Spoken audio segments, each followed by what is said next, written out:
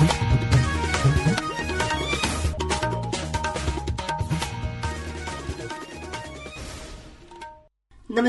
ये आकाशवाणी पटना है। अब आप अंशु अवस्थी से प्रादेशिक समाचार सुनिए।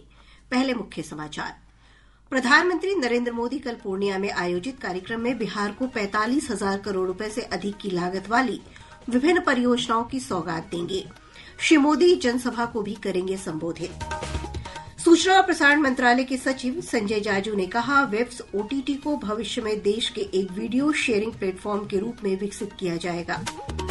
मौसम विभाग ने अगले 24 घंटों के दौरान पटना, औरंगाबाद, भागलपुर, रोहतास, किशनगंज और सीतामढ़ी सहित प्रदेश के कई जिलों में बारिश की संभावना जताई। और एशिया कप T20 क्रिकेट प्रतियोगिता में अब से थोड़ी देर बाद भारत का मुकाबला पाकिस्तान से होगा। आकाशवाणी से मैच का सजीव प्रसारण किया जाएगा। अब समाचार विस्तार से। प्रधानमंत्री नरेंद्र मोदी कल पूर्णिया में आयोजित कार्यक्रम में बिहार को 45,000 करोड़ रुपए से अधिक की लागत वाली विभिन्न परियोजनाओं की सौगात देंगे। श्री मोदी इस दौरान विमान, रेलवे, कृषि और बुनियादी ढांचे से संबंधित कई परियोजनाओं का शिलान्यास और उद्घाटन करेंगे। प्रधानमंत्री इस दौरान एक विशाल जनसभा को भी संबोधित करेंगे। और ब्यौरा हमारे संवाददाता से। प्रधानमंत्री नरेंद्र मोदी के पूर्णिया आगमन से बिहार में विधानसभा चुनाव को लेकर सियासी गर्माहट चरम पर पहुंच गई है। हालांकि पूर्णिया में आयोजित कार्यक्रम बिहार में विकास के बढ़ते कदम को बढ़ावा देने वाला है। सीमांचल के पिछड़े क्षेत्र को गति देने के लिए पूर्णिया से एयरपोर्ट सेवा शुरू करने और वंदे भारत जैसे महत्वपूर्ण ट्रेन की सौगात आने वाले समय में मील का पत्थर साबित होगी। प्रधानमंत्री यहाँ मुख्य आयोजन स्थल सीसाबाड़े स्थित SSB कैंप में विशाल जनसभा को संबोधित करेंगे। प्रधानमंत्री नरेंद्र मोदी कई महत्वपूर्ण योजनाओं का शिलान्यास करेंगे, जो करीब 45,000 करोड़ रुपए की योजना होगी। आकाशवाणी समाचार के लिए पूर्णिया से होमी चंदन। प्रधानमंत्री श्री मोदी कोसी मेची अंतर्राज्यीय नदी जोड़ परियोजना के पहले चरण का भी शिलान्यास करेंगे, जिसकी लागत 2,680 करोड़ रुपए से अधिक है। इस परियोजना के तहत नहर उन्नयन, गाद की सफाई, क्षतिग्रस्त संरचनाओं का पुनर्निर्माण और डिस्चार्ज क्षमता को 15,000 से बढ़ाकर 20,000 क्यूसेक तक करने की योजना है। इससे उत्तर पूर्वी बिहार के कई जिलों में सिंचाई क्षमता का विस्तार होगा। इसके साथ ही बाढ़ नियंत्रण और कृषि क्षेत्र में मजबूती मिलेगी। श्री मोदी बिहार में राष्ट्रीय मखाना बोर्ड का शुभारंभ करेंगे। ये बोर्ड उत्पादन और नई तकनीक के विकास को बढ़ावा देगा। उल्लेखनीय है कि देश के कुल मखाना उत्पादन में बिहार लगभग 90% का योगदान करता है। ऊर्जा क्षेत्र में प्रधानमंत्री भागलपुर के पीरपैंती में 2,400 मेगावाट की थर्मल पावर परियोजना का शिलान्यास करेंगे। अल्ट्रा सुपर क्रिटिकल लो इमिशन तकनीक पर आधारित ये पावर प्लांट बिहार का सबसे बड़ा निजी क्षेत्र का निवेश होगा, जिसकी लागत 25,000 करोड़ रुपए है। ये परियोजना राज्य को समर्पित बिजली उपलब्ध कराएगी और बिहार की ऊर्जा सुरक्षा को सुदृढ़ बनाएगी। रेलवे क्षेत्र में प्रधानमंत्री कई परियोजनाओं का उद्घाटन और शिलान्यास करेंगे तथा नई ट्रेनों को हरी झंडी दिखाएंगे। श्री मोदी जोगबनी दानापुर वंदे भारत एक्सप्रेस को हरी झंडी दिखाएंगे, जिससे अररिया, पूर्णिया, मधेपुरा, सहरसा, खगड़िया, बेगूसराय, समस्तीपुर, मुजफ्फरपुर, वैशाली और पटना जिलों को सीधा लाभ होगा। प्रधानमंत्री 2 अमृत भारत एक्सप्रेस रेलगाड़ियों के परिचालन की भी शुरुआत करेंगे। ये रेलगाड़ियां सहरसा से अमृतसर और जोगबनी से तमिलनाडु के इरोड के बीच चलाई जाएंगी। श्री मोदी विक्रमशिला कटारिया रेल लाइन का शिलान्यास करेंगे, जिसकी लागत 2,170 करोड़ रुपए से अधिक है। प्रधानमंत्री अररिया गलगलिया नई रेल लाइन का भी उद्घाटन करेंगे, जिसकी लागत 4,410 करोड़ रुपए है। ये अररिया और किशनगंज जिलों को जोड़कर सीमांचल क्षेत्र की कनेक्टिविटी को मजबूत करेगी। प्रधानमंत्री पूर्णिया में सेक्स सॉर्टेड सीमीन सुविधा का भी उद्घाटन करेंगे। श्री मोदी अपने दौरे के क्रम में पीएम आवास योजना ग्रामीण के 35,000 लाभार्थियों को सांकेतिक रूप से घर की चाबी भी सौंपेंगे। भाजपा के प्रदेश अध्यक्ष दिलीप जायसवाल ने कहा कि डबल इंजन की सरकार बिहार को विकसित राज्य बनाने के लिए लगातार कार्य कर रही है। प्रधानमंत्री जी जब भी आते हैं बिहार के लिए बड़ा सौगात लेकर आते हैं और कल भी 45-46 हजार करोड़ का सौगात, चाहे वो थर्मल पावर प्रोजेक्ट में हो, कोसी मेची लिंक का हो मामला, रेल का हो, वंदे भारत ट्रेन हो, अमृत भारत ट्रेन हो, एसटीपी और नाली का जो ये पानी निकासी का मामला हो, तो प्रधानमंत्री जी आदरणीय नीतीश कुमार जी, हमारे जो मुख्यमंत्री हैं बिहार के, प्रधानमंत्री श्री नरेंद्र मोदी जी, 2 डबल इंजन की सरकार बिहार को विकसित बिहार के सपना को पूरा कर रही है। सूचना और प्रसारण मंत्रालय के सचिव संजय जाजू ने कहा है कि वेब्स ओटीटी एक अनूठा मंच है, जिसे आने वाले समय में देश के एक वीडियो शेयरिंग प्लेटफॉर्म के रूप में विकसित किया जाएगा। पटना में आकाशवाणी समाचार से बातचीत में श्री जाजू ने कहा कि इस प्लेटफॉर्म पर दूरदर्शन, आकाशवाणी के लाइव चैनल के साथ ही प्रकाशन विभाग की पत्रिकाएं भी उपलब्ध हैं। एक अपने आप में बहुत ही अनूठा प्रयोग है, क्योंकि न केवल एक ओटीटी है, बट आने वाले समय में इसको हम एक देश का वीडियो शेयरिंग प्लेटफॉर्म के तौर पे भी विकसित कर रहे हैं। और इसमें न केवल लाइव चैनल्स देखने को मिलती है, साथ ही साथ बहुत अच्छा टेंटपोल कंटेंट भी है, बहुत अच्छा आर्काइवल कंटेंट भी इसके ऊपर अवेलेबल कर रहे हैं। साथ ही साथ पब्लिकेशंस डिवीजन का भी जो हमारी किताबें हैं, जर्नल्स हैं, पीरियोडिकल्स हैं, उसको भी इसमें एक्सेस किया जा सकता है। तो अपने आप में एक वन स्टॉप शॉप है ये मीडिया और एंटरटेनमेंट और न्यूज से रिलेटेड एस्पेक्ट्स की, और भारत का अपना ओटीटी है। तो हम सभी नागरिकों से ये रिक्वेस्ट करेंगे कि वेव्स ओटीटी को अपने फोन्स पे, अपने टेलीविजन पे डाउनलोड करें। कंप्लीटली फ्री है, एड सपोर्टेड, एंड इसका लाभ उठाएं। अपने 2 दिवसीय बिहार दौरे के पहले दिन श्री जाजू ने आज पटना में दूरदर्शन केंद्र में मंत्रालय की सभी मीडिया इकाइयों के अधिकारियों के साथ समीक्षा बैठक की। इस दौरान उन्हें सभी इकाइयों को समन्वय के साथ कार्य करते हुए सरकार की योजनाओं को प्रभावी तरीके से जनता तक पहुंचाने के निर्देश दिए। इसके बाद श्री जाजू ने आकाशवाणी पटना और दूरदर्शन बिहार का निरीक्षण भी किया। बिहार विधान परिषद की 8 सीटों पर अगले साल होने वाले चुनाव के लिए कार्यक्रम जारी कर दिया गया है। राज्य के पटना, दरभंगा और तिरहुत के स्नातक और शिक्षक निर्वाचन क्षेत्र तथा कोसी के स्नातक और सारण के शिक्षक निर्वाचन क्षेत्र के लिए मतदाता सूची बनाने की प्रक्रिया 30 सितंबर से शुरू होगी। इन्हीं क्षेत्रों से वर्तमान में परिषद के सदस्य नीरज कुमार, सर्वेश कुमार, बंशीधर ब्रजवासी, doctor N K Yadav, Naval Kishore Yadav, doctor Madan Mohan Jha, Sanjay Kumar Singh और आफाक अहमद का कार्यकाल अगले साल 16 नवंबर को समाप्त हो रहा है। प्रादेशिक समाचार आप आकाशवाणी पटना से सुन रहे हैं। ताजा समाचारों के लिए आप हमारे एक्स हैंडल AIR_News_ पर जा सकते हैं। आज हिंदी दिवस है। आज हिंदी दुनिया की सबसे अधिक बोली जाने वाली भाषाओं में से एक है और 52 करोड़ से ज्यादा लोगों की पहली भाषा है।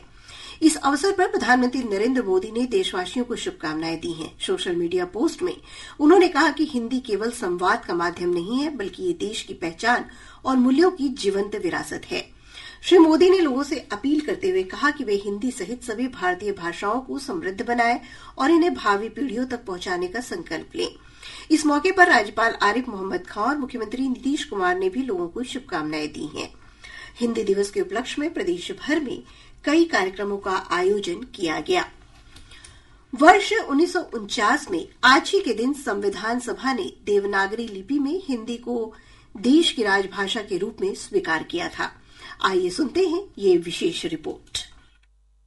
निज भाषा उन्नति अहे सब उन्नति को मूल, बिनु निज भाषा ज्ञान के मिटे नहीं को सूल। हिंदी साहित्य के पितामह कहे जाने वाले भारतेंदु बाबू हरिश्चंद्र ने खड़ी बोली यानी हिंदी को लोगों तक पहुंचाने के लिए इन शब्दों का प्रयोग किया था। आज हिंदी दिवस के अवसर पर हिंदी भाषा साहित्य की इन कृतियों का स्मरण करके हम हिंदी के प्रति और सजग रहने की आवश्यकता पर जोर देते हैं। आज समय के साथ तकनीक से कदमताल करती हिंदी मजबूत होती जा रही है। यही कारण है कि सिर्फ भारतीय ही नहीं बल्कि विदेशी भी हिंदी को महत्व दे रहे हैं। राष्ट्रपिता महात्मा गांधी का मानना था कि राष्ट्र भाषा के बिना राष्ट्र गूंगा है। हृदय की कोई भाषा नहीं है, हृदय हृदय से बातचीत करता है और हिंदी हृदय की भाषा है। महान कवि मैथिली शरण गुप्त का मानना था कहीं अकेला भी हूँगा मैं तो भी सोच न लाऊंगा, अपनी भाषा में अपनों के गीत वहाँ भी गाऊंगा, मुझे एक संगिनी वहाँ भी अनायास मिल जावेगी, मेरा साथ प्रतिध्वनि देगी, कली कली खिल जावेगी। हिंदी के महत्व को समझते हुए 1949 में आज ही के दिन संविधान सभा ने देवनागरी लिपि में हिंदी को देश की राजभाषा के रूप में स्वीकार किया था। हिंदी विश्व में सबसे अधिक बोली जाने वाली भाषाओं में से एक है और 52 करोड़ से अधिक लोगों की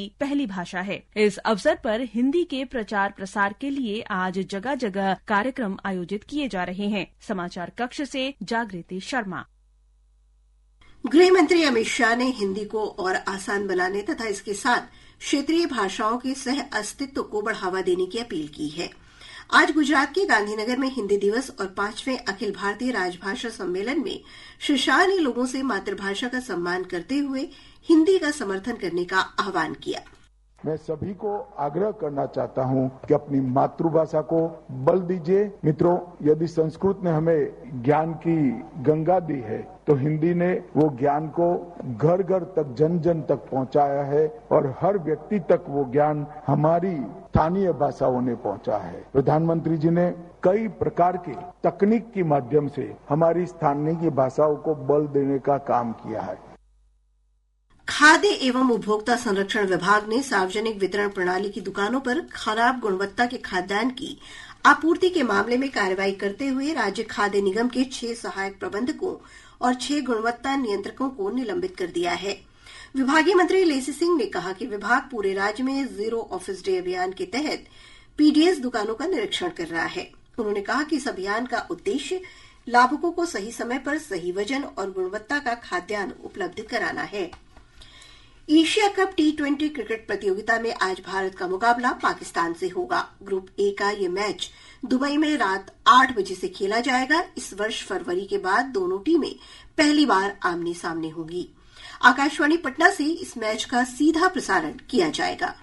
सूर्य कुमार यादव की अगुवाई में भारतीय टीम आज एशिया कप में चिर प्रतिद्वंदी पाकिस्तान के खिलाफ मैच में जीत की प्रबल दावेदार है। दोनों टीम अपना पहला मैच जीत चुके हैं। पाकिस्तान अभी फॉर्म की तलाश में है, जबकि भारत विस्फोटक बल्लेबाजी और विश्व स्तरीय गेंदबाजी आक्रमण में शीर्ष स्थान पर है। भारतीय टीम में शुभमन गिल, सूर्य कुमार यादव, अभिषेक शर्मा जैसे बल्लेबाज हैं। जसप्रीत बुमराह तेज गेंदबाजी में लगातार शानदार प्रदर्शन कर रहे हैं। वहीं कुलदीप यादव और वरुण चक्रवर्ती जैसे स्पिनर टीम में मौजूद हैं। भारतीय टीम पाकिस्तान की तुलना में कहीं अधिक मजबूत दिख रही है। बाबर आजम और मोहम्मद रिजवान की अनुपस्थिति में पाकिस्तान की बल्लेबाजी में अनुभव की कमी नजर आ रही है। ऐसे में ये देखना महत्वपूर्ण होगा कि आज का मैच कौन टीम जीत पाती है। मुकेश कुमार, आकाशवाणी समाचार, दिल्ली।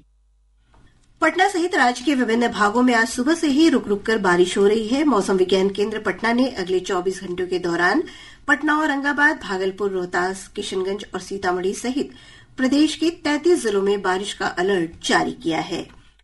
अगले 24 घंटों के दौरान राज्य के दक्षिण मध्य भाग के कुछ स्थानों पर जबकि शेष भागों के अनेक स्थानों पर वर्षा होने की संभावना है एवं राज्य के अधिकांश जिलों के 1 या 2 स्थानों पर मेघ गर्जन, वज्रपात और तेज हवा 30 से 40 किलोमीटर प्रति घंटा चलने की संभावना है। राज्य के अररिया एवं किशनगंज जिलों के 1 या 2 स्थानों पर अति भारी वर्षा होने की संभावना है। राज्य के सुपौल, मधेपुरा, पूर्णिया, पूर्वी चंपारण, सीतामढ़ी, शिवहर, पश्चिमी चंपारण, बक्सर, कैमूर, सारण, मुजफ्फरपुर, दरभंगा, मधुबनी, नवादा एवं जमुई जिलों के 1 या 2 स्थानों पर भारी वर्षा होने की संभावना है। प्रदेश में आज जितिया पर्व श्रद्धा और आस्था के साथ मनाया जा रहा है। कल नहाय खाए के बाद आज महिलाएं संतान की लंबी उम्र, सुख समृद्धि और उत्तम स्वास्थ्य की कामना के लिए निर्जला उपवास कर रही हैं। इस अवसर पर बाजारों में विशेष चहल पहल है। मिठाइयों, फल और पूजा सामग्री की दुकानों पर खरीदारों की भीड़ देखी जा रही है। मुख्यमंत्री नीतीश कुमार ने इस शुभ अवसर पर राज्यवासियों के जीवन में सुख, शांति और समृद्धि की कामना की है। और अब अंत में मुख्य समाचार एक बार फिर। प्रधानमंत्री नरेंद्र मोदी कल पूर्णिया में आयोजित कार्यक्रम में बिहार को 45,000 करोड़ रुपए से अधिक की लागत वाली विभिन्न परियोजनाओं की सौगात देंगे। श्री मोदी जनसभा को भी करेंगे संबोधित। सूचना और प्रसारण मंत्रालय के सचिव संजय जाजू ने कहा, वेब्स ओटीटी को भविष्य में देश के एक वीडियो शेयरिंग प्लेटफॉर्म के रूप में विकसित किया जाएगा। मौसम विभाग ने अगले 24 घंटों के दौरान पटना, औरंगाबाद, भागलपुर, रोहतास, किशनगंज और सीतामढ़ी सहित प्रदेश के कई जिलों में बारिश की संभावना जताई। और एशिया कप T20 क्रिकेट प्रतियोगिता में अब से थोड़ी देर बाद भारत का मुकाबला पाकिस्तान से होगा। आकाशवाणी से मैच का सजीव प्रसारण किया जाएगा। इसके साथ ही आकाशवाणी पटना से प्रसारित प्रादेशिक समाचार का ये अंक समाप्त हुआ। आकाशवाणी पटना से अगला समाचार बुलेटिन प्रातः 8:48 से प्रसारित किया जाएगा।